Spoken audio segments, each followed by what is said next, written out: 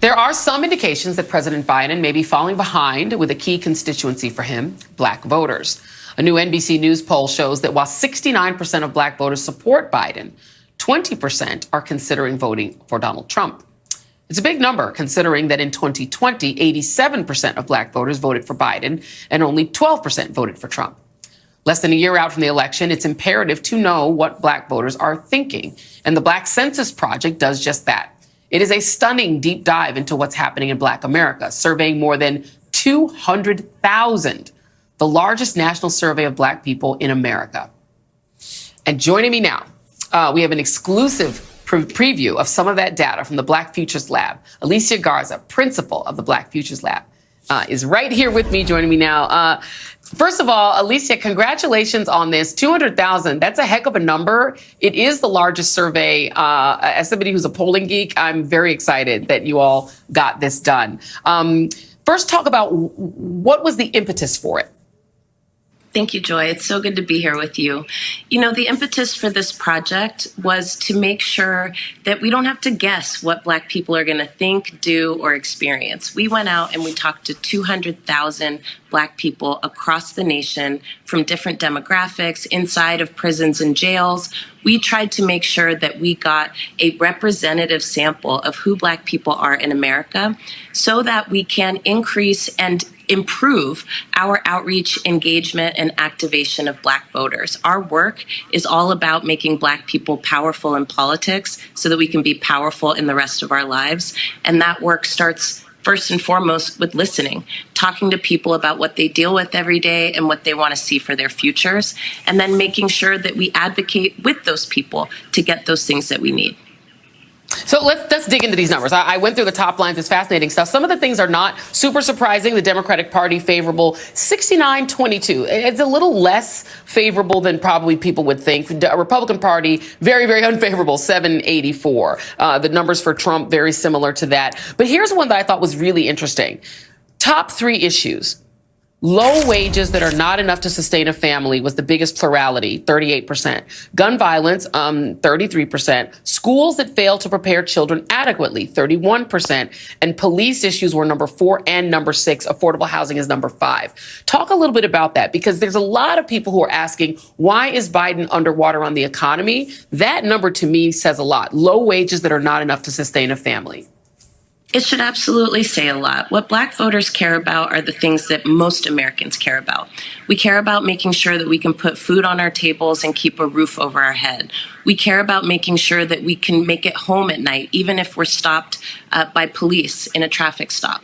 We care about the fact that our history is not being taught in our schools, and so we are inadequately preparing our kids to navigate an increasingly diverse but difficult world. And certainly we care about the fact that millions of people are being affected and impacted by gun violence every day. And the way that we talk about those issues is as if only white communities deal with that, but certainly Black communities care about it. This is going to be very important in 2024 when we say, well, what's going to turn Black voters out to the polls? What's going to get Black voters to take a stand? Well, quite frankly, Joy, it's taking action on the issues that we care about. And if we don't see victories and improvements and wins in issues of gun violence, police violence, issues of low wages and inflation, issues of improving in our schools and making sure that our children are being taught our history, we are going to see not Black voters vote for Republicans. That's not what this data shows or any of the data shows. What we're going to see is more Black voters staying home and deciding not to participate. How can folk get into this data and dig into it more and interact with the Black Futures Lab? Well, you can definitely visit us on our website at blackfutureslab.org. But in February, we will be releasing what we call a Black Economic Agenda for 2024. This is a roadmap of actionable policies that not just this administration, but state legislators can take right now to make sure that we are making progress on the issues that Black communities care about. If anybody wants to secure Black votes in 2024, they would be wise to pay attention to the Black Economic Agenda and to make sure that they're accessing this data just as we are, to have meaningful conversations and engagement with Black communities who currently are and have been one of the strongest constituencies for the Democratic Party, and certainly one of the most active.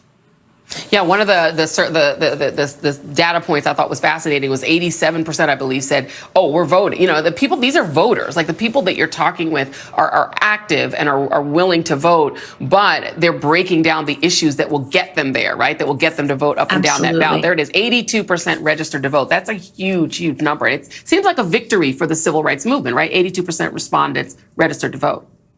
Well, it's very important, and Black people are very politically active. What we should understand is that a wide majority of people who took this survey said that they are talking to their friends and family about politics all the time. That is something that we need to pay attention to. And for our work, we make sure that we are knocking doors and in people's communities, not talking about what we want to talk about, but talking about what they want to talk about and connecting it to the people that have power over the decisions that impact their lives. This is huge. This is huge. This survey is historic, and I want to congratulate you, Alicia Garza, and thank you for coming on and sharing that data with us. And the next one, please come back and give us an exclusive again. We love the exclusive. We would love to. Thanks for having me. And my dad says he loves you. Oh, thank you. Thanks. Tell Dad thank you. All right. Appreciate you. We'll be right back.